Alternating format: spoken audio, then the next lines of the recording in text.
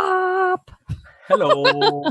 Welcome back to Actual Play, Girl by Moonlight, Earth Unmade, Episode 3, Part 3. I'm just going to keep going. Moonlight Girl Drift. Sorry. Yeah, we're back and we're just about to see some flow of, we're going to see some miraculous, awesome flow. I wanted to say, and I don't want to wait because I'm going to forget if I don't. I want to say that I think one of the challenges and rewards of your game, Andrew, is that by intentionally choosing actions that are not the ones we are accustomed to in other game systems, you both challenge us to think, what is it that we're doing, but also open up avenues of opportunities that we wouldn't necessarily think about in other contexts. So I really want to commend you, and that I know it makes us recalibrate and rethink, but I think that recalibration, rethinking has already, that's even the hope, in this session and in the past, yielded some really wonderful fruit. So yeah, I want it to be okay for, I mean, we see it less in this setting, like this crew playbook that we chose, but in the other ones, like, it's totally legit to like hug the monsters and be like, hey, it's gonna be all right, and then the monsters like turn into, you know, scared little children or something, you know, like there's room for these approaches that are not violent in the game is definitely a thing. We've just picked the one that's like actually really punchy and about fighting things. But you can still be bad at punchy fighty. Sorrow and be a character who is uncomfortable with engaging with violence. It's definitely great and you should do it. And in this moment you are having like dispassionately waited for your perfect moment, and with prophets well timed, we see the hanged man come in and trip up or redirect this. Yeah, all that coiled energy that we talk about, these engines sort of possessing and like reclaiming and then unleashing. This is one of those moments, like maybe the first time we've seen the hangman move with such like abruptness and alacrity and like a sense of really strident purpose. Yeah, I picture it like a snake, the way that they kind of like project and uncoil. And very much. And in that very opening, just a tiny beat of I'm sorry. Yep. Directed to who? Just everyone. It's okay. Everyone. Just a general sense of. So what we established was risky, great with a bonus die. Is this in the machine? Is this wise or wounded? Is it all the impulse? I don't think this is wise, and it doesn't reflect the like brokenness of the hanged man. Like if you were like pulling yourself apart to trip it with your scattered limbs or something, maybe we could play into that. Like I'm sure there are ways to do it. Sure. Or like the like howl of sorrow played into that in my mind, but I don't know if this particular action does. I don't feel like other than enabling someone else to be wounded, which is not the idea. Right. Yeah. So I don't think so. I feel, and as you said, this is kind of out of character for the engine. Like it's moving quickly. It's acting in this unusual way. Mm-hmm. Yeah, it not in alignment with inclination. So great. Right. That all being said, all of that singular bonus die for a dark bargain. And is there anything else I got to make choices around before I commit? I don't think so. Well, one of us could help you, but I don't think either of us have any. She cannot bond with us, so we don't hold her bonds. Well, we could still. Yeah, right. We can't. We have no bonds with you. Or no. I feel like the positioning here of it being like a surprise totally doesn't work if it's a pivotal thing. Yeah, right. Like you didn't even see it coming. That's why it's working so well. Right. Yes. Here we go. Gave it away with the like looking over the shoulder of the enemy as you know the person's coming up. As one is inclined to do. Yay. Oh my god. There we go. So with great effect, I think that's enough to fill our clock here for the cat, the one that matters. And so as the like on fire cat that's on the inside of the barrier goes to like I'm trying to imagine. So like it had like clawed Prophet. Prophet, and then is about to like pounce onto to just do the like Yeah. thing of like, cool, now I tear your throat out. Just out of nowhere, the hangman rolls through, and like, what is it? What exactly does it look like? So it's like as this cat thing is like midair pouncing, and it's, I'm assuming, like lining up with the other one on the outside. Yeah, absolutely. What you have the pleasure of seeing is that the hangman like hits it low and fast, and they both tumble through the air and are deeply entangled with all these chains, and like and it starts, there's all a bunch of like all that steam which was part of the ocean evaporating is the point of contact of this cat being on fire, and the hangman being made of like wreathed in mist and blood, and so it reeks of burning. And then they like searing flesh. Yeah, between the searing flesh and then the off-putting of all these like oceanic waters and the mist that wreathes the hangman due to Ipsos' presence, and that synergistic. And then they both like Ipsos and the hangman nail the despite it being a tumble, nail this Urcat into the barrier, and that like do they end up just like coming together? Is there like a mirroring like through the barrier and like spectrally passes through the other cat, but as the two of them are like fully overlapping, the one on the outside gets like thrown back, and you can see on its face as it's getting like back, there's this expression of like bliss or like ecstasy, like it looks really calm suddenly, and there's this kind of like weird cat like sigh as it falls backwards and lands with this resounding like thud and splash of water. And then there's just the roar of the like maelstroming water next to it, at the foot of this big obelisk, as everything like settles. And then you hear like the crackly like cheering over comms of the crew in the back, and we see the low like drone cam shot as it like zooms in, and there's some like infographic that gets put onto the broadcast of like, you know, like enemy defeated, blah blah blah, like they give you the credit. A bunch of people, like a bunch of money changes hands. We cut to like inside the bastion where people are cheering, and like you see Beaumont raking in a bunch of cash for having bet on Abbott.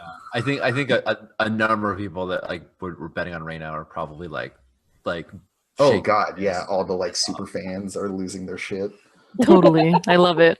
And I feel like in hitting that barrier, the hangman, instead, despite that tumble, hits it very cleanly and regains her feet really readily, and like spins, like looks at the departure of the Urcat, and then like turns around and looks as awake and as ready and as poised for further violence. Like, yeah, and there's just this like eerie stillness now. Can we stop now? And yeah.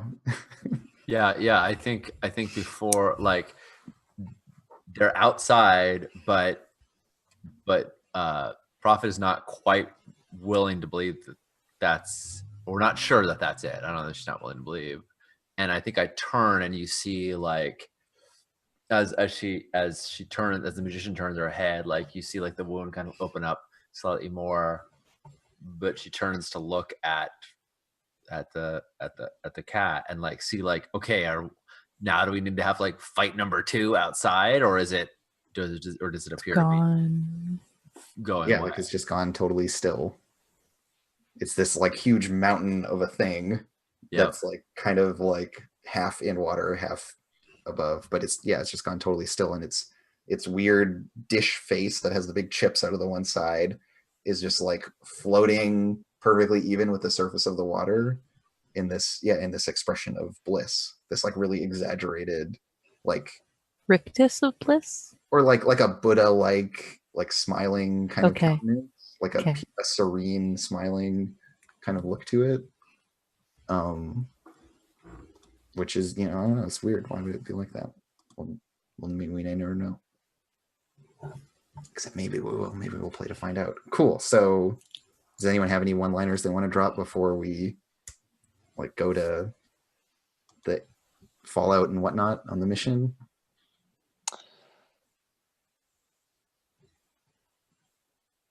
I feel like I should have one, but Yeah. I have a whole bunch of emotions that are not alignment with the usual one-line quips. Sure, Yeah. you can let Ipsos's It's okay. statement stand. John You- Harper taught me this really cool move in a game that we were playing. Oh against. god, don't just John Harper it. Yeah, Reina has like an awesome closing line. There we go.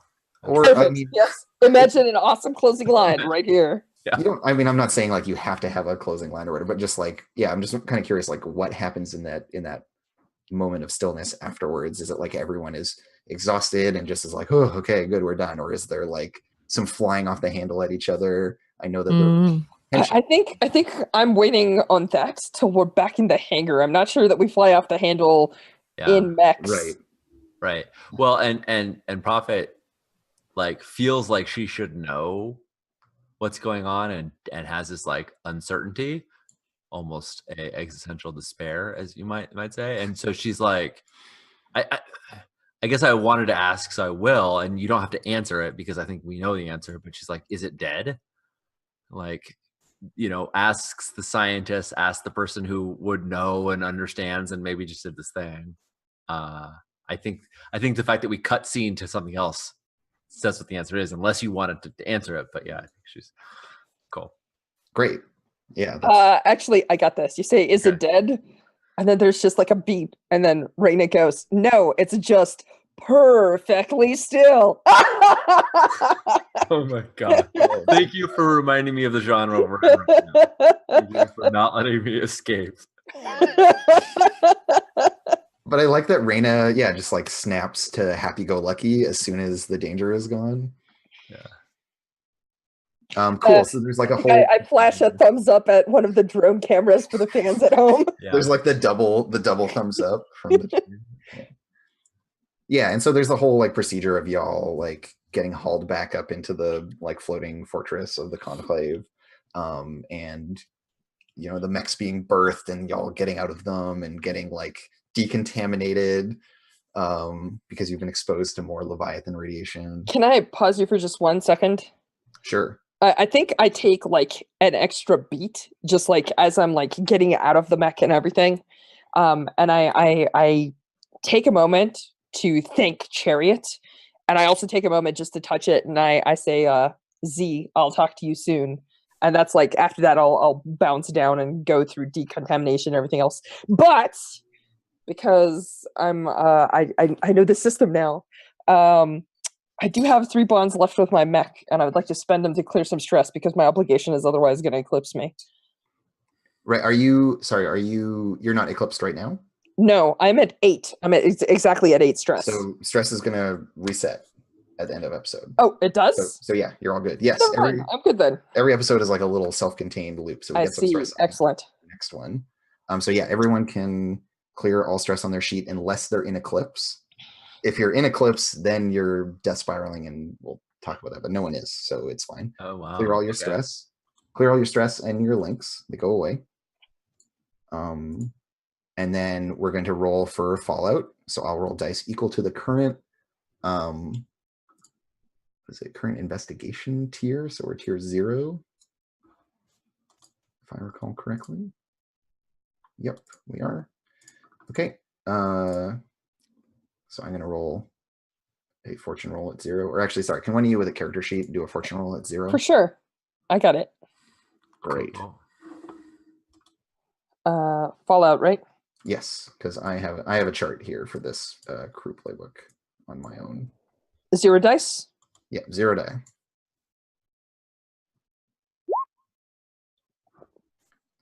Cool. What's okay. that mean? So a 2, and I'm happy to expose these. I don't think these need to be like a behind the curtain thing. So the option that we ended up with is descent spreads in the bastion, and I think there is a bit of a there's definitely a bit of a to-do around the betting stuff. Like I think Reina was just like the clear favorite on all the odds, and the few outliers who did bet on Ipsos/Abbott. There's some like accusations of like match fixing essentially, And Because the like, odds were so extreme, I imagine. yeah, exactly. So people made like a I lot think of that money whole betting pause these. has to have also caused like tons of like. I mean, I would love if it also was like, look at like they assume that we're all competing with each other, Yeah, and I feel like that would feed into it. Like, yeah, look, Ipsos just let it take a piece. just waited. Yeah, Just exactly. watched as it took a piece out of the magician. So like people are going back over the footage. There's all these conspiracy theories spreading about like why things happened the way they did. And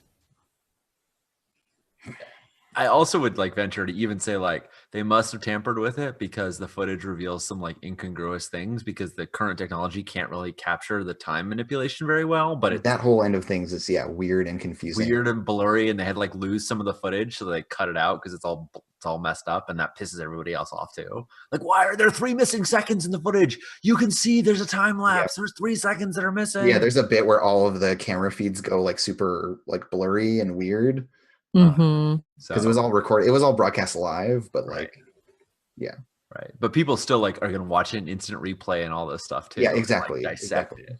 So yeah, the recordings are dissected. There's all of this controversy around it, and I think the kind of long-term consequence of this is going to be that it's going to move this. It's going to move the Bastion track down 1 to start. And then there's another set of questions that we need to ask. Cool. Which I think we're going to be just what the Bastion track does and where it's at right now. So it's sorry, yeah, I'll pull you over to the crew sheet. Cool. For a minute here. So it's in the top right corner, because we're going to move the darkness track and stuff up potentially as well. So the last Bastion track is the Bastion's ability to help you all. If it ever gets to 0, it means that the Bastion has dissolved or is destroyed or something. Like it is no longer a cohesive, functional, like place of refuge for human beings, and we have to negotiate what that is going to turn into. If as this gets through each of the 3 tiers, it'll be less able to provide assistance. And also if it has to help itself recover, then it's not going to do other things that help you. Actually, I guess it's pretty long list. Anyways, yeah, so like this is the overall state of well-being, both politically and structurally, of the Bastion. And I think there's enough unrest and like boiling pressure cooker style stuff going on that this kind of match fixing controversy is just like an excuse for people to like riot and do other bad stuff. So it's going to have a lasting impact. And then we also need to ask, was there collateral damage to the Bastion itself or like its conventional forces or anything like that, which I think is a no. I think there's a no because Chariot stopped it from happening. Exactly. Yeah. Yeah. I think there was going to be very much so, and that I was definitely like telegraphing that threat. Yeah. Did the mission contribute to unrest, political strife, or despair? Not in terms of like me rolling Fallout needs to be distinct from that, because otherwise that 1 turns into 2 automatically. But did anything that y'all did in the mission feel like controversial or directly counter to your jobs? Again, I don't really think so. You mostly just fought the thing. There was no like letting the Leviathan rampage into the city before you fought it or any crap like that. Yeah, I mean, I would say I got a bad outcome on my confess where I like revealed all this stuff about me, but I think that was really only to the other That's going to pilots. matter to you. Yeah, I think that was only internally because I don't even think like the capture stuff captured it. So we saw it, but yeah. Yeah, exactly. So cool. Great. And then the last little bit of Fallout stuff we need to worry about is that after every mission, the darkness continues to close in on the crew regardless of the mission's outcome. The track will advance by 1 segment plus 1 more for each of the following criteria. So did the, let's see, and I need to look at some of our answers to stuff. So when we talked about why the Leviathans come, whether or not they advanced the kind of the overall agenda of the darkness, which is to silence our civilization, no, they didn't manage to like eliminate any tangible assets or things like that. Did anyone go into Eclipse or Fall to Darkness? No. So close. And did we demonstrate this idea of like having hope against the Leviathans and the kind of broader antagonists in the game?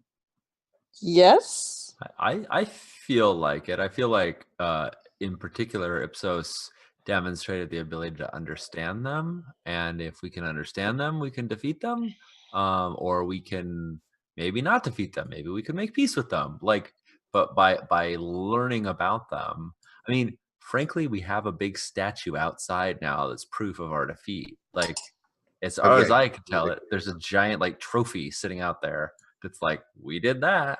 Okay, great. So that means that it advances more. So Okay, cool. The track is up at 5. Y'all have completed tier 1. Awesome. We win. Yeah. It's good. Trust me. And then readiness drops by half, rounding up, so it stays at 1. Sweet. And we're gonna go below 1, so that's good. You guys have discovered the perfect place to hang out.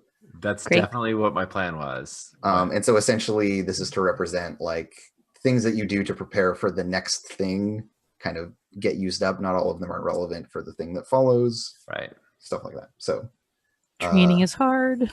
Nobody remembers. And yeah, that it's maintenance. It's ongoing. It's a continual kind of process. It's not just something you do and then are done with. So that's everything. Andrew, out of curiosity, Luke just pointed out you're all aiming for a short season. If the darkness that hunts us fills up, what happens?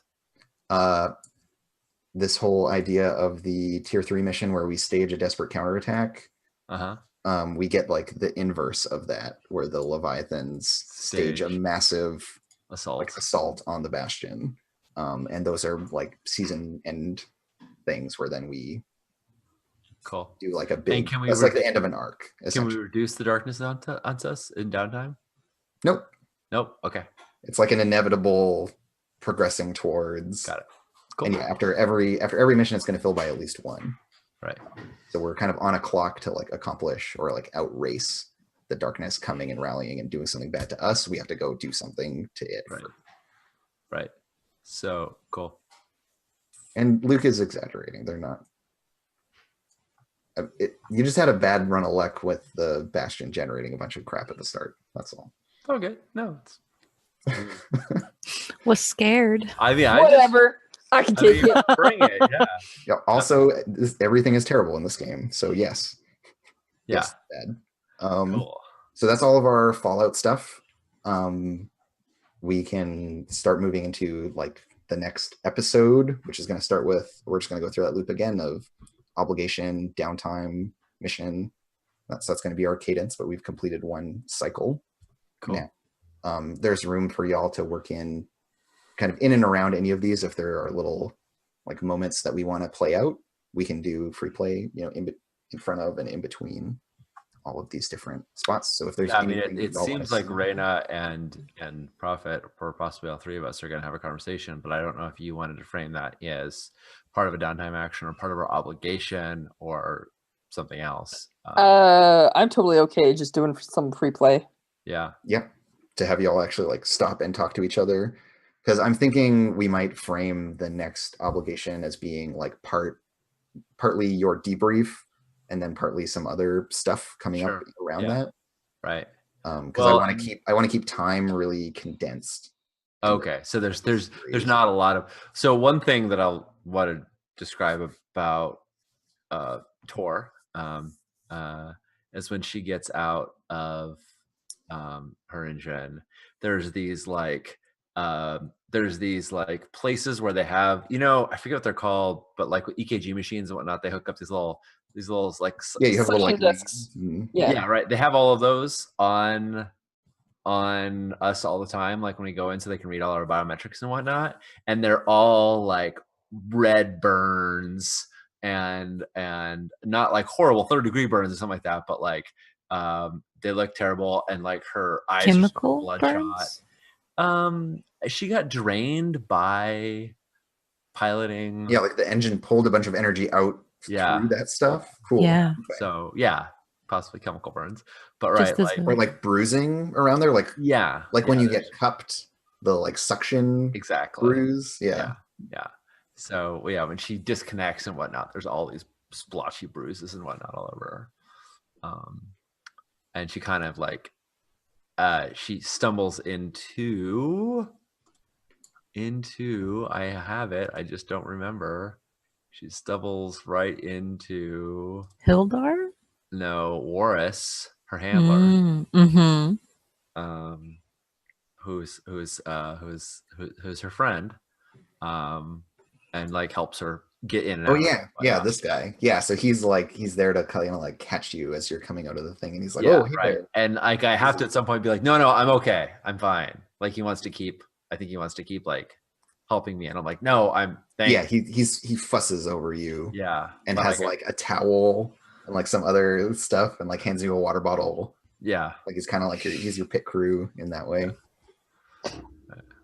Do you want to get assaulted here, or did you have a different scene in mind?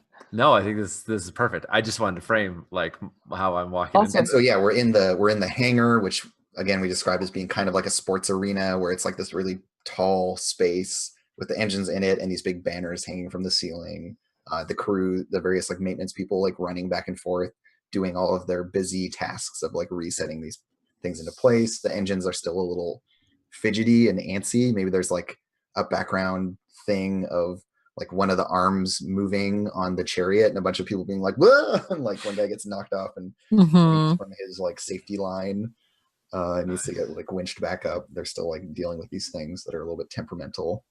And you're out on the like main central like floor, Right. I guess, walking over to. And I think we know we're like 5 seconds away, or not 5 seconds. We're very imminently away to like debriefing, and then the moment we step out of that, we know there's gonna be cameras in our face. Yeah, exactly. You got the press conference. There's like a super narrow period where we actually aren't in front of somebody official that we have to answer to. Yeah, this is like a little moment that you have. It's the one opportunity for the three of us to be in company together. Is that what I have that read? Yeah, without other people fucking with it. Right.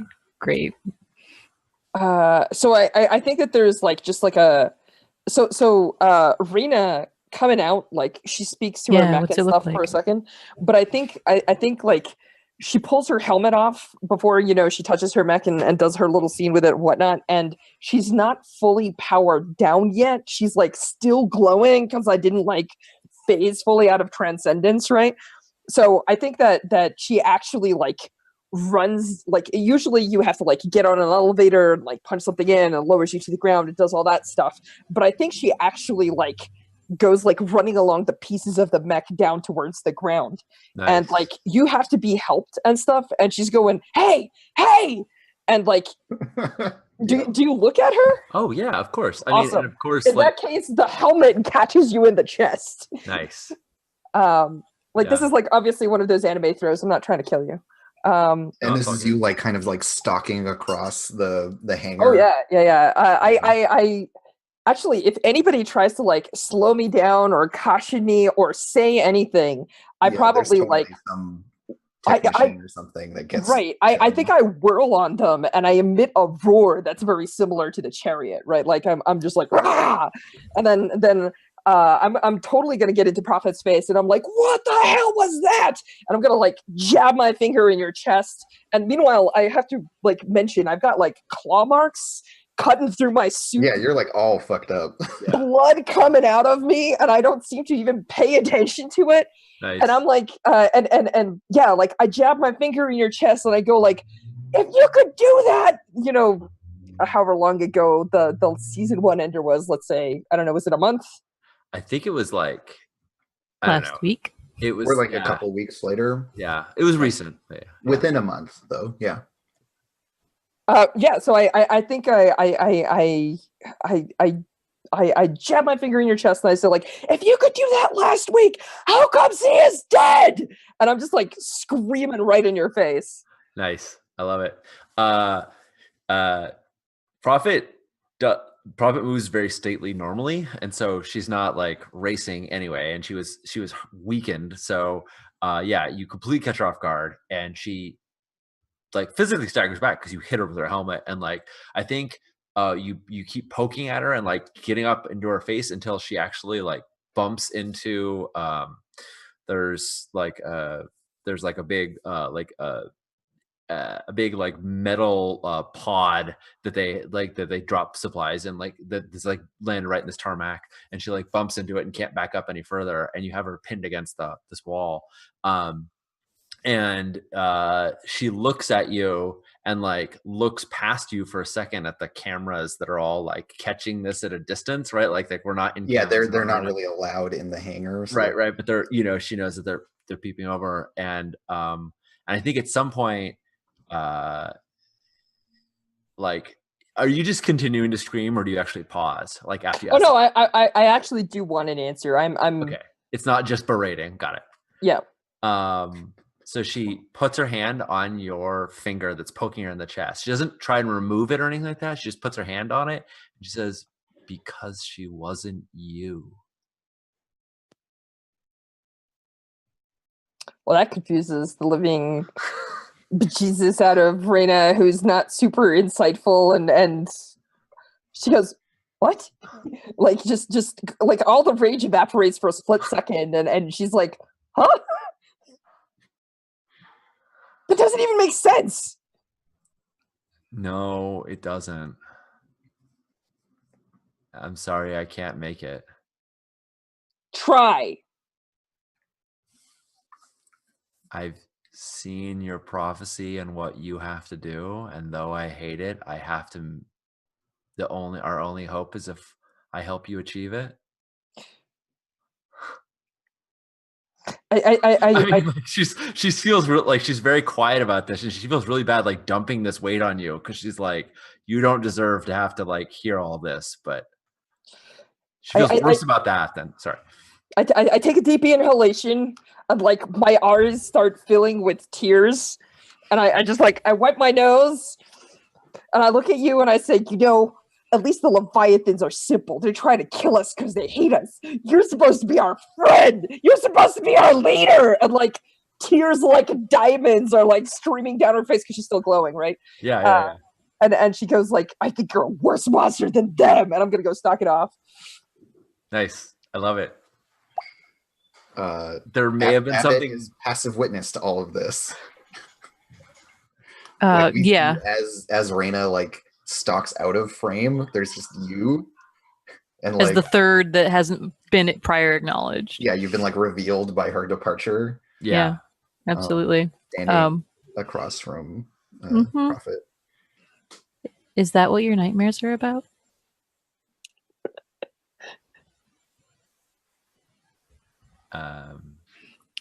And yeah.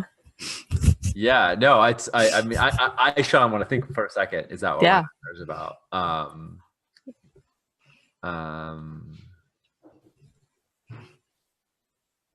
Yeah, I think I say.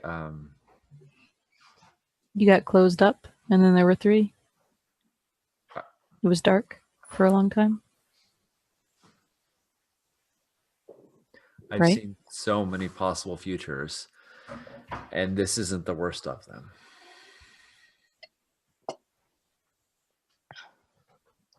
Then we're doing great. And like, I think at this point she sees a camera and she's like, thumbs up, right? Like not at all to Avid. Like, yeah. Yeah,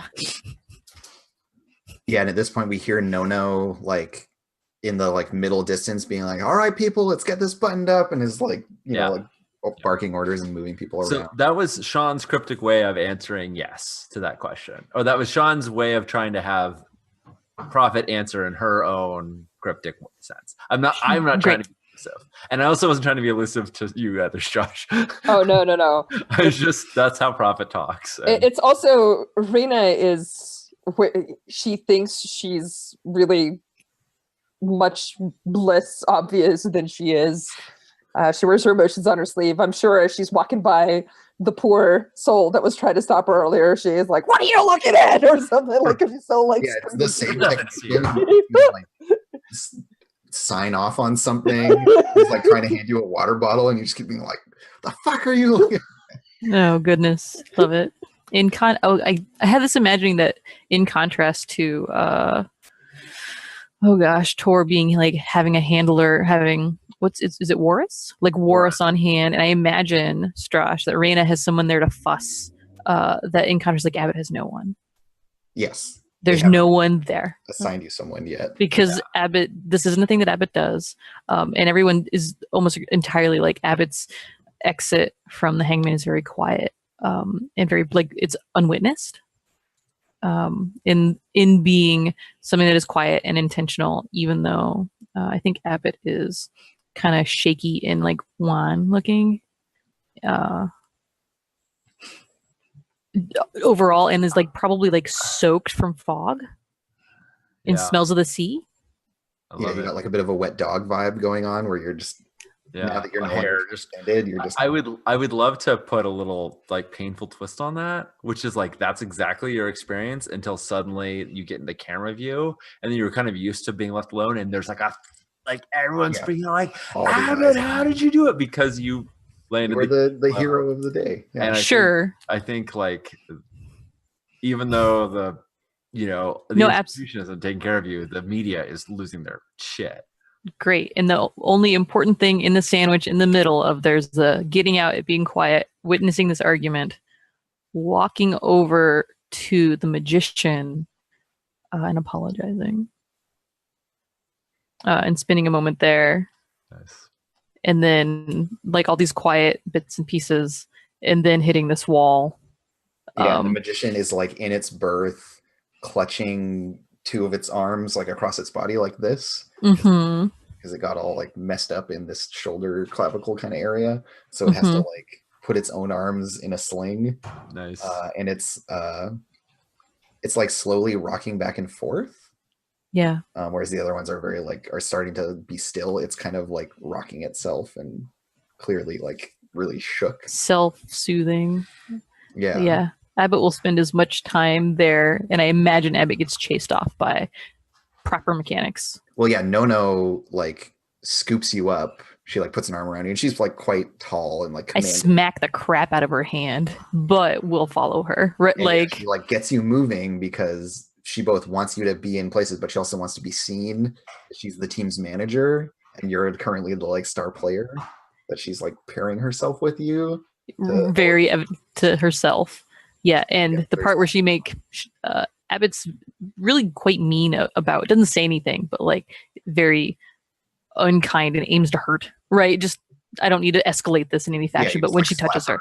Yeah, and she's like smiling and waving to the cameras and just says, "Make sure you say something." Like through when people talk through a smile. Yeah. It sounds kind of angry. It's one of those. Yes. So make sure you have something to say when they ask you questions. And then we like go into the briefing with Hildar, who like does it very business-like military style debriefing where he's pointing at bits of footage and talking about like tactics that the enemy uses and whatnot. He has like doesn't really have anything to say to y'all personally. He keeps it really short and curt. I think he's gonna go maybe find y'all after the fact if we want to have some scenes with him. And then there is the press thing, the press conference. And typically this looks like Reyna and Prophet, like I imagine like arms around each other, like pretending to get along, but pretending to be rivals who get along. Like, what does that look like in general, and what does it look like today? So the proceedings, I think, are like there's a photo op, and then there's the like classic like sports thing of where you sit at the table and answer questions, and there's like a press room with various reporters, all from the state news channel.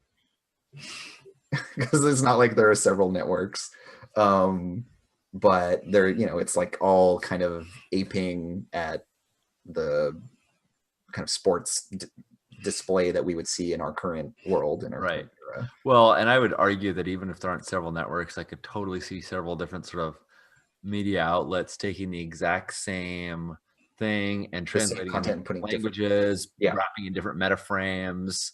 Putting different spins on it, recutting it in different ways. It's all state one footage, but lots of organizations. sources. Yeah, exactly. So you have to go through that, and I think this is a great place to transition into obligation because this is kind of Reyna's obligation is about a lot of this stuff.